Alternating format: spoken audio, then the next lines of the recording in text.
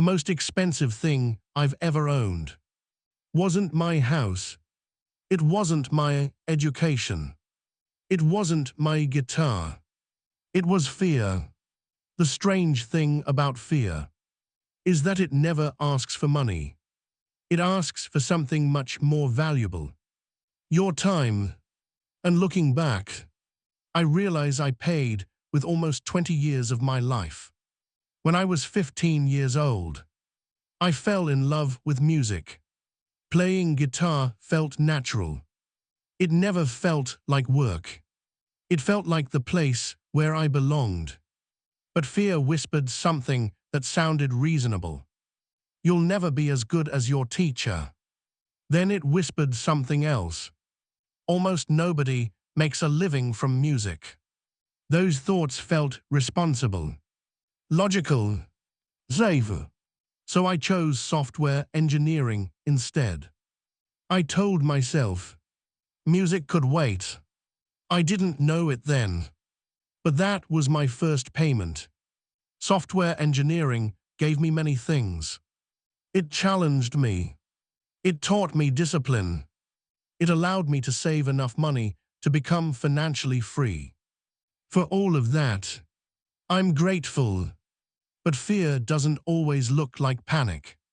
Sometimes it looks like a stable career you never wanted. For almost 20 years, I lived with anxiety. Unexpected meetings made my stomach tighten. A calendar invitation could ruin my entire day. Every new project felt like another test. Every job felt temporary. And over the years, I was fired more than once. Sometimes after a month. Sometimes after years. Each time I wondered what I was doing wrong. Looking back, I don't think I was failing at software. I think I was succeeding at surviving a life that didn't fit me. Fear showed up in other places too. When I was a kid, people made fun of the way I looked. Some adults, some classmates, some girls.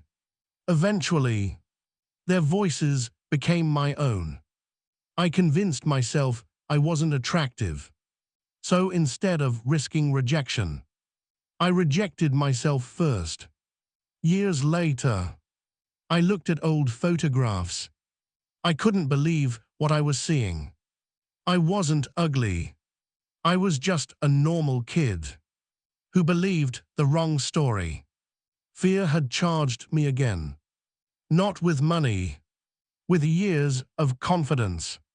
Even today, fear hasn't disappeared. Every time I upload one of these videos, a small voice still asks, what if nobody watches? Every time I write a song, it whispers, what if it's not good enough?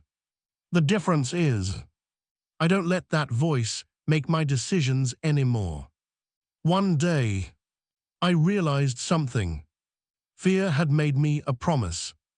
It said it would protect me from failure, protect me from embarrassment, protect me from disappointment. And for a long time, I believed it. But protection wasn't free. Fear quietly collected moments.